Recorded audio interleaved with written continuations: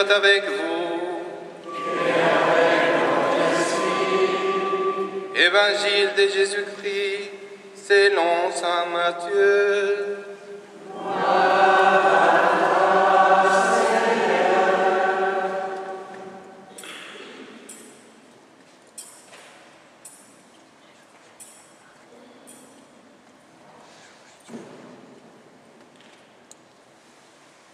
Jésus parlait à ses disciples de sa venue. Quand le Fils de l'homme viendra dans sa gloire, et tous les anges avec lui, alors il siégera sur son trône de gloire. Toutes les nations seront rassemblées devant lui. Il séparera les hommes les uns des autres, comme le berger sépare les brebis des chèvres. Il placera les brebis à sa droite et les chèvres à sa gauche. Alors, le roi dira à ceux qui seront à sa droite, « Venez, le béni de mon Père, recevez en héritage le royaume préparé pour vous depuis la création du monde. Car j'avais faim et vous m'avez donné à manger. J'avais soif et vous m'avez donné à boire. J'étais un étranger et vous m'avez accueilli. J'étais nu et vous m'avez habillé. J'étais malade et vous m'avez visité. J'étais en prison et vous êtes venus jusqu'à moi. » Alors, les justes lui répondront, « Seigneur, quand est-ce que nous t'avons vu? Tu avais donc faim et nous t'avons nourri. Tu avais soif et nous t'avons donné à boire. Tu étais un étranger et nous t'avons accueilli. Tu étais nu et nous t'avons habillé. Tu étais malade ou en prison. Quand sommes-nous venus jusqu'à toi? » Et le roi leur répondra, « Amen, je vous le dis. Chaque fois que vous l'avez fait à l'un de ces petits que sont mes frères, c'est à moi que vous l'avez fait. » Alors, il dira à ceux qui seront à sa gauche, « Allez-vous-en, loin de moi, maudits, dans le feu éternel préparé pour les démons et ses anges. Car j'avais faim, et vous ne m'avez pas donné à manger. J'avais soif, et vous ne m'avez pas donné à boire. J'étais un étranger, et vous ne m'avez pas accueilli. J'étais nu, et vous ne m'avez pas habillé. J'étais malade et en prison, et vous ne m'avez pas visité. » Alors, ils répondront eux aussi, « Seigneur, quand est-ce que nous t'avons vu avoir faim et soif, être nu, étranger, malade ou en prison, sans nous mettre à ton service? » Il leur répondra, « Amen, je vous le dis, chaque fois que vous ne l'avez pas fait à l'un de ce petit, à moi non plus, vous ne l'avez pas fait. » Et ils s'en iront, ceux-ci, au châtiment éternel, et les justes à la vie éternelle. Acclamons la parole de Dieu.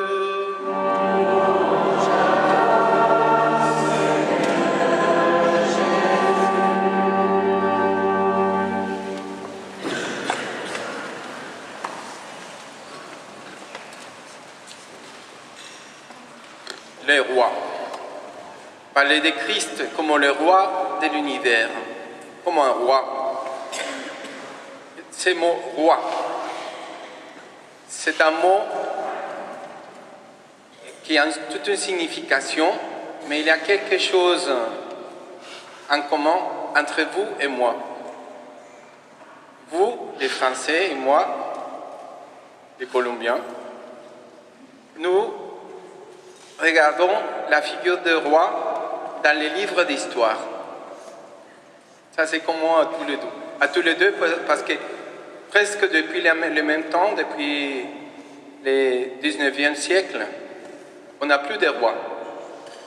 Plus de rois en France et plus de rois en Colombie, parce qu'en Colombie, jusqu'à 1810, le temps de l'indépendance de la Colombie, on était gouverné par le roi d'Espagne. C'était notre roi. Et on les lit dans les livres d'histoire. Et vous étiez gouverné jusqu'à 1800. C'est quand là? J'ai oublié la date. Bon, vous savez, le temps de la Révolution française, pour Louis XVI, le dernier des rois. Et qu'est-ce que fait un roi? Voilà. Un roi, selon on lit dans les livres d'histoire, à l'époque, se faisait servir. Tout le monde était au service du roi. C'était pas très commode, même pas pour le roi, parce qu'il n'avait même pas d'intimité. On l'habillait, on les baignait, on les montait, on les promenait. Il avait tout un cours autour de lui qui les servait. Tout le monde était au service du roi. Et le peuple travaillait et travaillait pour payer des impôts pour le roi. Ça n'a rien à voir avec aujourd'hui, non? J'ai parlé des impôts, mais on travaillait pour notre roi. Les gens travaillaient pour le roi. Et ces rois, ceux qui ne travaillaient pas, ceux qui ne les servaient pas, les éliminaient. Voilà. Et on les mettait en prison, ils faisaient, voilà.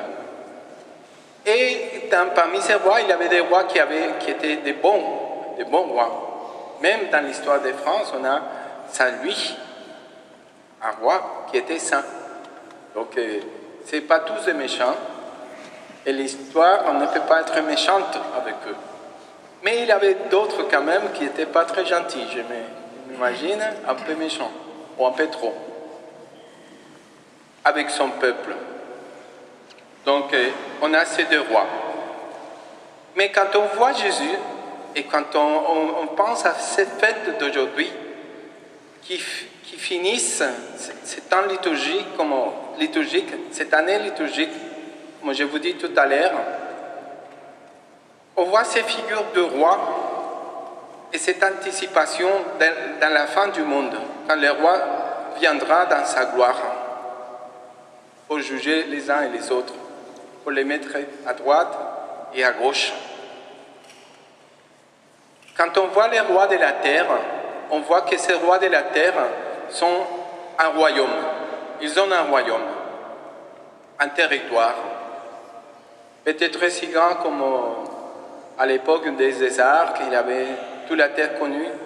À l'époque de Charles VI, le roi d'Espagne, qui avait son royaume. Il était le roi du royaume qui jamais s'est couché le soleil. Parce qu'il était roi ici en Europe, en Amérique et en Philippines. Donc il avait toujours la lumière dans un point de son royaume. Un royaume immense, très grand. Angleterre, à un moment donné, il y a eu aussi un grand royaume. Vous voyez? Mais le royaume de Jésus dépasse même notre capacité de l'imaginer. Parce que c'est le roi de l'univers, de toute la création, de tout ce qui existe. Il est roi. Et il gouverne sur toute la création, au-delà de la Terre, des systèmes solaires, de la galaxie, au-delà de vous pouvez aller le plus loin que vous pouvez vous imaginer. Et là, nulle part, il est roi. Ça fait une grande différence. Si son royaume n'aura pas de fin. Et sa royauté, comme on a lu dans la deuxième lecture, sera donnée à son Père quand il aura vaincu tous ses ennemis, la mort à la fin. Ensuite, voilà, je parlais de la bonté ou la méchanceté de ces rois de la terre. Mais c'est ça le plus beau de notre roi, de Jésus. Et quand on voit et on veut décrire qui est Jésus autant que roi, lui est un berger. le bon berger.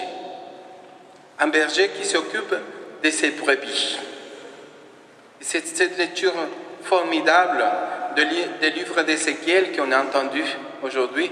Et je vous conseille de la relire une autre fois et de sentir la tendresse de Dieu, de Jésus, quand il prend dans ses bras ses brebis. Quel amour, quelle charité, quelle tendresse. C'est beau. Si vous voulez vous sentir aimé, lisez attentivement ces textes et vous allez voir comment il est beau et il est beau pour tous. Il dit, j'irai les délivrer. Ah, voilà. Il dit, je veillerai sur mes brebis et j'irai les délivrer dans tous les endroits où ils ont été dispersés. Un jour de brouillard et d'obscurité, c'est moi qui ferai paître mon troupeau, c'est moi qui le ferai reposer, déclare le Seigneur Dieu. La brebis perdue, je la chercherai. L'égarée, je la ramènerai. Celle qui est blessée, je la soignerai. Celle qui est faible, je lui rendrai des forces. Celle qui est grasse et vigoureuse, je la garderai et je la ferai paître avec justice. Vous voyez, il s'occupe des égarés, des malades et même de ceux qui sont grasses et vigoureuses. De tous, il a un œil attentif et amoureux pour tous, pour nous tous. Troisième comparaison avec les rois de la terre. Les rois de la terre, ils se servent de tout le monde. Ils ont la cour autour de d'eux, et en plus, tout le peuple qui les sert, qui travaille pour eux, qui les défend, qui les garde. La façon dont nous devons servir notre roi, le Christ Jésus, c'est en servant les plus petits. Et c'est ça le message principal et central de l'évangile d'aujourd'hui. Quand vous l'avez fait pour l'un de ces plus petits, vous l'avez fait pour moi. Parce que tous, les justes et les injustes, lui demandent quand est-ce que nous t'avons vu et nous t'avons servi ou nous ne l'avons pas fait. Et il dit, quand vous l'avez fait pour l'un de ces plus petits, c'est pour moi que vous l'avez fait, que vous m'avez servi, aimé, accompagné et gardé. Donc, ça veut dire que c'est lui qui est le roi de tout l'univers et il n'a pas une place, un lieu dans tout ce qui existe où il n'a pas la royauté de Jésus. Et là où qui n'est pas son royaume, il y a aussi un moyen parfait de lui servir, de lui rendre service, de se donner à lui. Et ce moyen est ici, à notre côté, maintenant, dans les plus petits, dans ceux qui sont malades, dans ceux qui souffrent, qui sont seuls, tristes, pauvres, abandonnés. Et on en a pas mal de personnes qui sont dans ces situations autour de nous, qui ont besoin de nous. Mais aussi, comme Jésus même le dit, les plus vigoureux, ceux qui sont bien, ils ont besoin de l'amitié, d'un sourire, d'un bon conseil, d'une parole, de quelqu'un qui est à son côté, qui l'accompagne, qui soit avec lui. Et ces personnes sont les Christ. Nous sommes à la fin de l'année liturgique. C'est un temps de bilan. C'est ça, c'est bon de la fin de l'année. Et si vous voyez, l'Église est très sage. Parce qu'avant d'entrer dans ce temps de Noël, on fait ce temps de bilan. C'est ce week-end, mais le temps de l'Avent, c'est le temps propice aussi pour réfléchir et pour voir qu'est-ce qu'on a fait de notre vie. Et comment est-ce que nous avons servi ces rois. Est-ce que j'étais attentive avec ceux qui ont besoin, avec les plus petits? C'est bien faire une liste de ces plus petits. Pas l'écrire, et pas par méchanceté, pas dire « Ah, elle est petite ». Non, pour voir les besoins qu'ils ont. Et dans ces besoins, aller les aider, les aimer, les accompagner. Tous ceux qui ont vraiment besoin de ces tristes rois. Parce que si vous voyez, dans ces mystères d'amour de Dieu, on aime et on sert les Christ dans les plus petits, et les plus petits, par notre service, sont servis par les Christ. Parce que nous devenons des messagers de l'amour de Dieu. Nous devenons des serviteurs du roi qui servent à ceux qui ont besoin. C'est extraordinaire. C'est vraiment un cercle parfait de services, d'amour et de dons auxquels nous sommes appelés. Que la Vierge Marie, notre Mère du ciel, elle qui est reine aussi, nous accompagne, nous garde et nous donne la grâce d'être attentive aux plus petits. Ça me manque une petite chose que j'avais notée là, parce que si vous voyez, dans l'Évangile, il dit, à la fin, ils sont tous pris. Quand est-ce que nous t'avons vu et nous t'avons servi? Nous avons un grand avantage aujourd'hui, parce que nous allons présenter les mêmes tests, les mêmes examens. On va passer cet examen à la fin de temps. Tous. Quelques-uns vont être mis à la droite et à la gauche. J'ai pris aux gauche. Et j'ai pris, j'espère que nous tous ici, aujourd'hui, rassemblés, et je demande ça aussi à la Vierge Marie, nous soyons tous à droite. Tous à droite. Et quand nous serons tous à droite, nous avons triché un peu, si je peux dire comme ça. Parce que nous avons déjà la réponse. Nous connaissons la question. Est-ce que vous m'avez servi quand vous avez servi les plus petits? Eux, ils ne savaient pas dans les récits de l'Évangile quand est-ce que nous l'avons fait. Mais nous savons. Alors, si nous allons rater cet examen, ce n'est pas possible de ne pas passer ces concours. Parce que nous connaissons la réponse. Donc, qu'est-ce que nous attendons? Allons-y servir le plus petit. Que la Vierge Marie soit avec nous.